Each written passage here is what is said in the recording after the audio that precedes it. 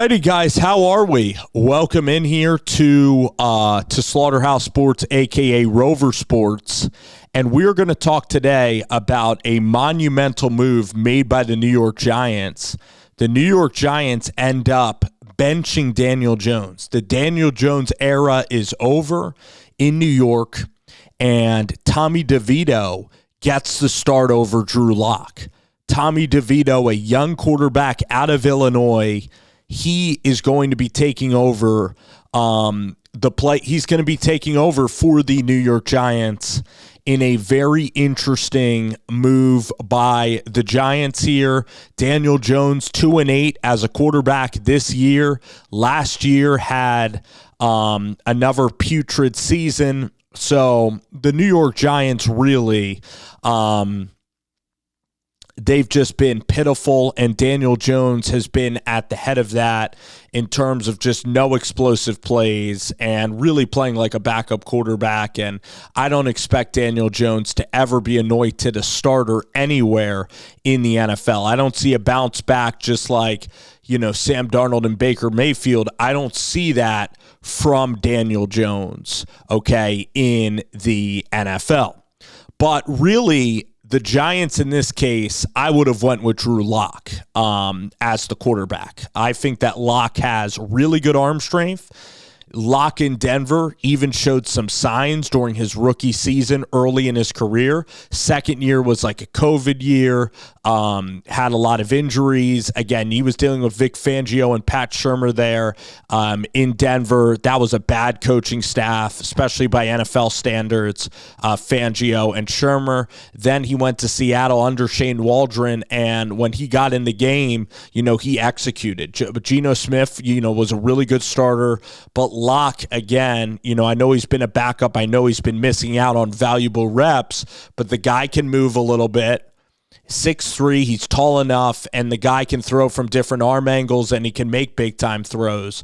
And his arm strength is a lot better than Tommy DeVito's. So I don't know why the Giants are going with DeVito. I mean, DeVito played a good game against Green Bay. He was great. He was very efficient. They won on a walk-off field goal. He was great against Green Bay. Against the Redskins last year on the road, he was efficient. He hit Saquon Barkley on some plays. But then he went down to New Orleans, and he was unplayable. He had a really poor game in New Orleans, and I was rooting for DeVito. I was all in on Tommy DeVito and this offense. And in New Orleans, he played really poorly, and then against the Eagles on the road, they only scored 6 points. So DeVito in 6 quarters was just really, really poor and unplayable, and instead of Dable sticking with DeVito, he put in Tyrod Taylor. Now, the New York Giants, instead of re-signing Tyrod Taylor, or instead of going out there and getting a backup that they have more trust in, they end up getting Drew Lock, and then they wait till Game 10 to pull the plug on Daniel Jones. So, I don't know, again. I guess Dable says he's trying to win games, but if you truth serum the people in the Giants building, I mean, all they need is all they want. And as a person who likes the New York Giants, if they're not going to roll off Lock, I think that Lock, again, can be a top 15 guy in the NFL. I mean, you just got to give him chances. Like, no one thought that Sam Darnold would be top 15. But again, Drew Lock was a second-round pick, okay, out of Missouri. He set the SEC record for touchdowns. I mean, this guy can back-shoulder throw, people open. He just needs trust. He just needs time. He needs a coaching staff that's going to believe in him. I guess I can keep my opinion about Drew Lock, but he hasn't played in 3 years, so people will just always say he's terrible because of Denver, all right? And then they'll look at him, I guess, in Seattle. He played literally 2 games in Seattle, so I really think Lock's improved, but we're never going to see that. I mean, what are you going to hold, everything against Lock? Are you going to talk about him playing in the preseason or in total garbage time against the Philadelphia Eagles when no one's trying, if you're going to view Lock on that? So it's just something where it's like, I can have my beliefs, and again, unfortunately, we're never going to see it play out maybe with Drew Lock, which is incredibly frustrating. So I guess I'll just yell at the clouds because Drew Lock is never really going to get the opportunity to go out and deal and do this thing. But Daniel Jones, I'm happy the Giants are moving on from Jones. There's 3 quarterbacks in the draft that the Giants need to pursue. They need to go after Cam Ward of Miami. You know, Cam Ward has mobility. Cam Ward has arm strength. Cam Ward has everything you want in a quarterback. He wins. He won at Washington State at a high level. What he's doing at Miami, he's carrying this team. He should be in New York for the Heisman ceremony. Travis Hunter Gentry's going to get the award. But again, Cam is just, he's an absolute rock star. He's really a guy who's came from nothing. I mean, the guy had no D1 offers, no D2 offers, had to go to an NIIA school, Houston Baptist, I want to say, or Incarnate Word, and play quarterback out there with Eric Morris before Washington State and before Miami. So one of the greatest stories, really, a rags to riches type of story in terms of Cam Ward, his journey through the college football ranks from Incarnate Word to the University of Miami. So amazing. And then Jalen Milroe, again, has battled through a ton of adversity. I mean, he had to replace Bryce Young at Alabama.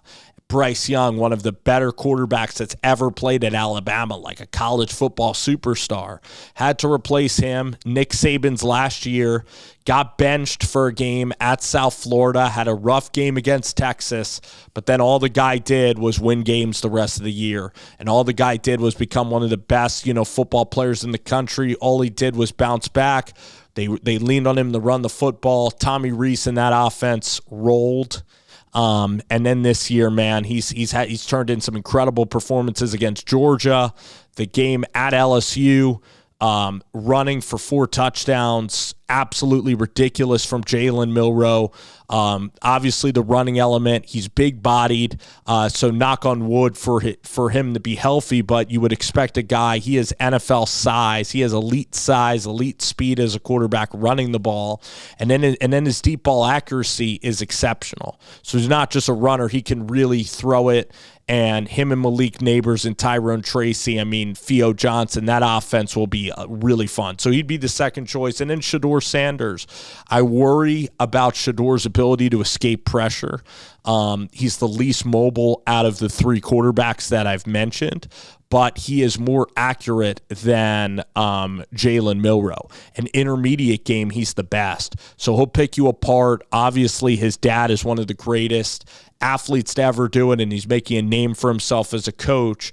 So Shedeur, again, would bring confidence to the New York Giants. The other quarterbacks that are in contention in this class, for that high earning spot, like in a first or a second round, you have Quinn Ewers. Ewers has struggled a little bit at times this year, but at times he's also had some really good moments. He's a guy with a quick release. He's a guy that can be accurate. But again, he's somebody that can fumble the ball from the pocket. He's not as sturdy as Sanders or Milroe or Ward. Again, he doesn't have the strength of those guys in the pocket. He's just a smaller player than those guys. Good arm strength, like good arm talent, but I don't think to the degree of those other guys. So there's only going to be a couple of good quarterbacks in every class. I don't think Ewers or Carson Beck are those guys. I would probably maybe go Ewers over Beck. Beck had a really nice bounce-back game, but Carson Beck turns the ball over a lot. His arm strength is okay. Escapability, too, is a little bit of a question with Beck. So I think he can throw the intermediate football okay, but I think he's limited in terms of, like, next-level arm strength. So I think he's okay. I think he'll be a fine, maybe Andy Dalton level player. And Quinn Ewers might be a Derek Carr at best. But the other guys have real star upside that I want to see the Giants go out and get. So that's the point. And then if Ben Johnson's available, I'd go get Ben. I'd go get Kellen Moore. Those are the 2 top choices for head coach, because Dable's really going to lose a lot of games. And then are you really going to roll with Dable on really with the hottest of seats next year? Do you really want to go and pursue that? So I don't think I'd be that interested in that.